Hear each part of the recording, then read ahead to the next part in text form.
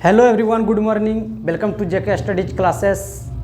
आज कक्षा 7 NCERT book से कक्षा 7 का अध्याय 3 आंकड़ों का प्रबंधन के बारे में हम जानेंगे। ठीक है, आंकड़ों का प्रबंधन मेन इसमें पॉइंट आता है 3 या 4। ठीक है, एक तो हो गया माध्य, जिसको हम बोलते हैं मेन इंग्लिश में। दूसरा हो गया माध्यिका, जिसको हम इंग्लिश में बोलते हैं मीडियन। तीसरा हो गया बहुलक, जिसको मोड बोलते हैं। एक आता है लास्ट में रेंज, जिसको हम परिसर कहते हैं ना। तो सभी को एक बगल से बारंबार से देखेंगे। ठीक है, चलिए देखिए, माध्य कहते किसको हैं? माध्य सभी प्रेक्षणों का योग। तो सभी प्रेक्षणों का योग में प्रेक्षणों की संख्या से भाग देने से जो संख्या प्राप्त होता है उसे हम माध्य कहते हैं।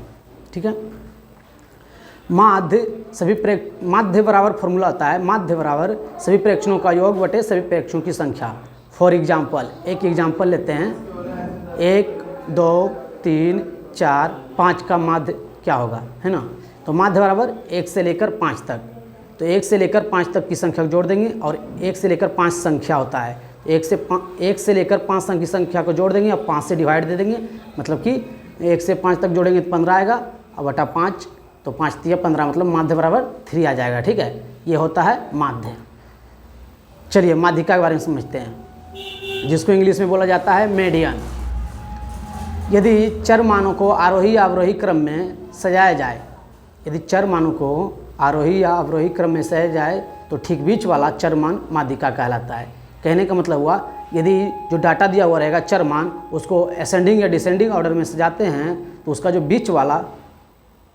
बीच वाला जो संख्या आता है वो मेरा माध्यिका होता है। ठीक है, फॉर एग्जांपल, जैसे कि एक संख्या हम लेते हैं 5 8 4 15 12 18 20। ये टोटल संख्या कितना हो गया है? 7, है ना?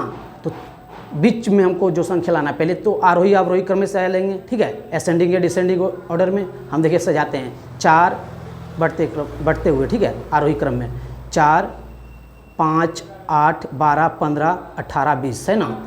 तो देखिए, इधर 3 लेते हैं और इधर 3 लेते हैं, तो बीच में आ जाता है 12। मतलब कि 3 संख्या इधर छोड़ देते हैं, 3 संख्या इधर छोड़ते हैं, टोटल संख्या 7 है ना। 3 इधर छोड़ दिए, 3 इधर छोड़ दिए, बीच में आ जाता है 12। तो मेरा 12 वो क्या हो गया?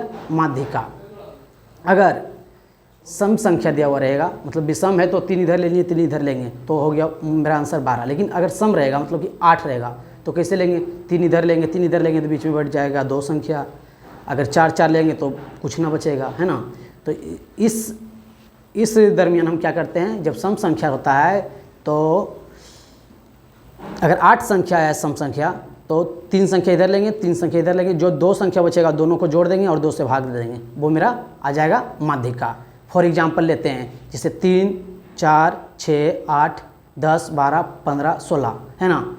देखिए 3 4 6, ये 3 संख्या इधर छोड़ देते हैं, और इधर देखिए 12 15 16 इधर छोड़ते हैं, और बीच में बचा है 8 और 10। 8 और 10 को जोड़ देते हैं, 18 हो जाता है, 2 से भाग देते हैं। ठीक है, तो 9 आ जाएगा। ठीक है, 10 और 8 18 हो जाता है, 2 से भाग दे देंगे तो 9 आ जाएगा, आंसर हो जाएगा। ठीक है, देखिए बहुलक, जिसको हम इंग्लिश में बोलते हैं मोड, है ना? तो मोड कहते किसको है, मतलब बहुलक कहते किसको है? किसी वितरण का बहुलक चर का वह मान होता है जिसके आसपास बारंबारता सबसे अधिक घनीभूत हो, मतलब बारंबारता सबसे अधिक हो। अर्थात कहने का मतलब ये हुआ कि जिसकी बारंबारता सबसे अधिक हो, जिसकी बारंबारता सबसे अधिक हो वह बहुलक कहलाता है। फॉर एग्जांपल, जिसे लेते हैं, एक एग्जांपल हम लेते हैं 8 2 3 8 7 3 9 2 0 8 8 8 8, है ना? मतलब कि इसमें सबसे ज़्यादा बार कौन सा रिपीट किया है ना? कौन संख्या रिपीट किया है? तो 8 ज़्यादा बार रिपीट किया है, तो 8 मेरा बहुलक हो जाएगा। ठीक है, इसी प्रकार बहुलक का और वर्गीकृत आंकड़ा क्लास 8 9th में इसको डीपली से पढ़ते हैं। ठीक है, तो ये देखा जाएगा बाद में। बाकी एक होता है परिसर, जिसको हम बोलते हैं रेंज। रेंज कहते किसको हैं? परिसर कहते किसको हैं, है ना? तो किसी आंकड़े के महत्तम मान और न्यूनतम मान के अंतर को परिसर कहते हैं। कहने का मतलब हुआ परिसर बराबर महत्तम मान माइनस न्यूनतम मान। इसका एक एग्जांपल लेते हैं। ठीक है, जैसे कहने का मतलब हुआ 4 5 6 7 8 तक लिए, 4 से लेकर 8 तक लिए, तो इसमें न्यूनतम संख्या कौन सा हो गया? 4। महत्तम कौन सा हो गया? 8। तो मतलब परिसर बराबर क्या होगा, महत्तम मान माइनस न्यूनतम मान, मतलब कि 8 में 4 को घटा देंगे तो वो मेरा 4 परिसर हो जाएगा। ठीक है, आई होप सभी बच्चे को समझ में आया होगा।